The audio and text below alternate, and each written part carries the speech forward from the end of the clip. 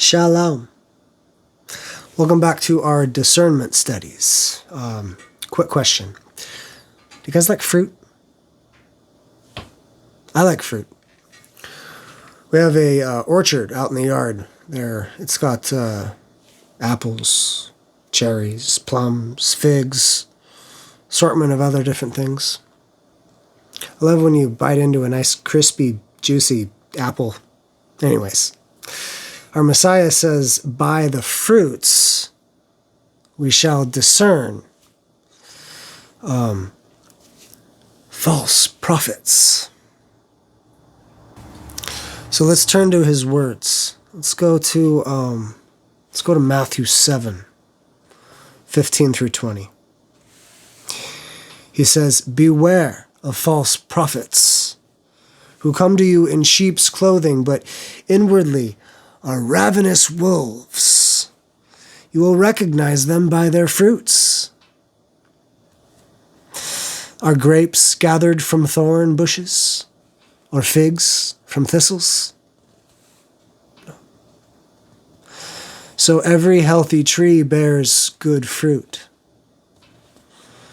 but the diseased tree bears bad fruit. A healthy tree cannot bear bad fruit, nor can a diseased tree bear good fruit. Every tree that does not bear good fruit is cut down and thrown into the fire. Thus you will recognize them by their fruits. Stark warning, isn't it? Plainly evident. People's personalities, how they interact with others, how they show their love or not. He begins this with a stark command. Beware of false prophets. Beware, right? These are not obvious enemies. We must discern them. And there's signs to notice. They come disguised in sheep's clothing. Outwardly, they appear gentle, spiritual, trustworthy, fun, speaking uplifting words, and performing impressive acts. But inwardly, in their heart, they are ravenous wolves seeking to devour the flock for their own gain. Fame, fortune,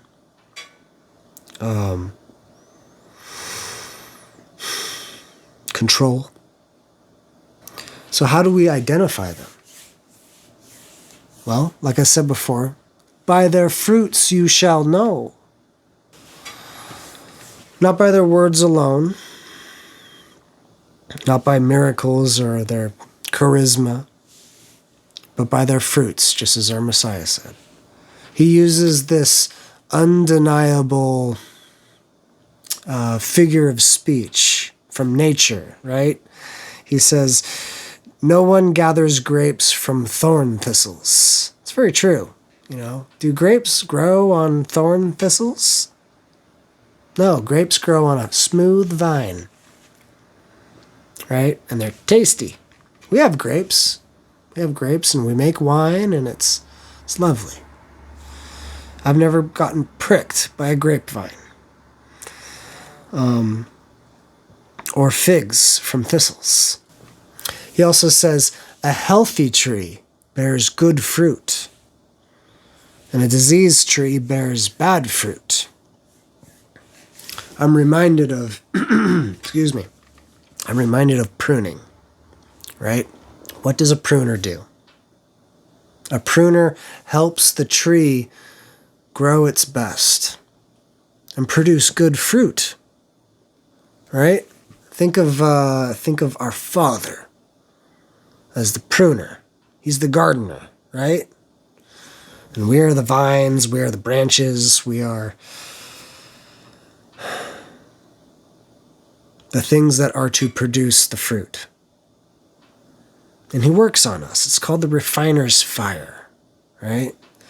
He takes these gross little vessels that we are, full of disease, full of ugliness, and starts clipping them off here and there, refining us down to where we are just, in some cases, we just become stumps.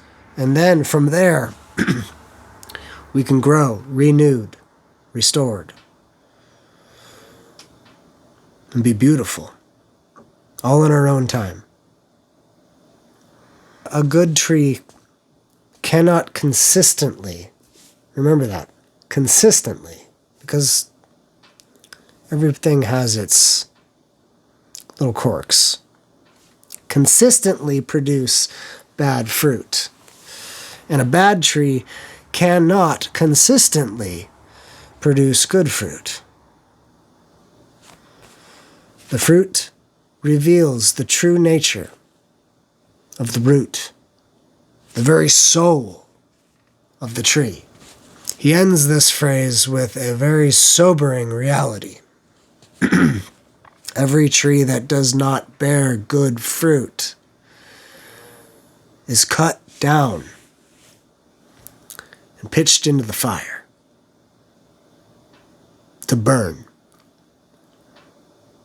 It will be our death if we do not count it all joy that we are being refined. So what are these fruits, right? There's a distinction here. There's fruits, plural, of the flesh. And then there is a fruit, singular, of the Spirit. So let's go over those two different aspects here. What is the fruit of a false prophet? Is doctrine, right? Do they teach sound biblical truth, or do they twist the scripture to fit a certain narrative or a certain mindset? Does it go with their desires and their character? Do their lives display the fruit, singular, of the Spirit, right? Is there love? Are they joyous? Do they have patience? Are they kind? Do they have goodness? All these things. Faithfulness, gentleness. I think it's been said, and above all, self-control. It's kind of a big one. Their conduct. Right? Is there any greed? Immorality? Are they prideful? Do they cause division?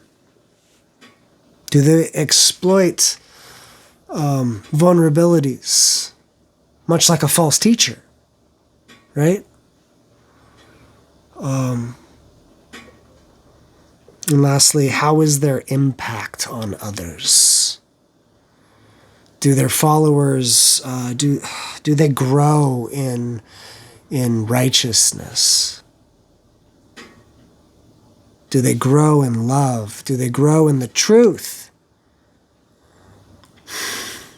Pretty important. Do they lead others into error? Fear. Do they lead others into bondage? We must discern these things. I mean, their fruits will be plainly evident because it stems from the root, the soul, as I said.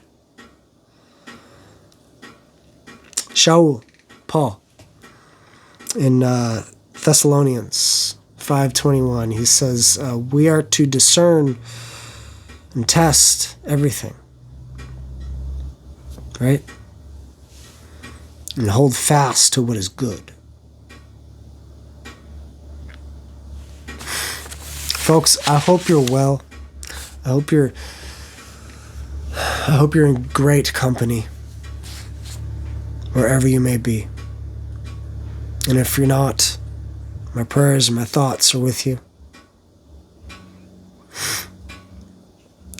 We live in an age of countless voices right now. Everybody gets an opportunity to speak. Platforms like this, pulpits, stages, screens, movies. Our Messiah, his warning seems to be more relevant than ever, because everybody's got a word. Everybody wants to speak. We are not to be naive. We are to know.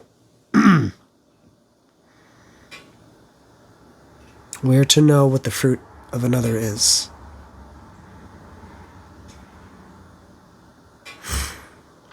Examine the fruit over time, because sometimes it's not completely evident. Sometimes that outer core is just gorgeous, but inside there's a dead worm. Perhaps. We don't know. We have to get there to find out, right?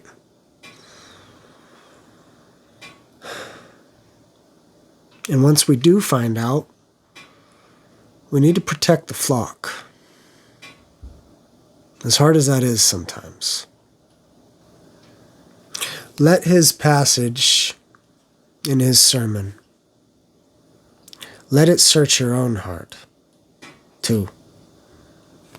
Let us dive deep down inside and see what kind of fruit that we all have. And what Father might be pruning off of us. May we be healthy trees. I'm so reminded of Psalms 1. If we study his laws and his Torah, we shall be like a tree planted by many rivers. Grow big and tall and strong. Much like a mustard tree, where many birds come and flock to live in. It's a home, right? It's a home. You will recognize them by their fruits. So be on the watch. Much love.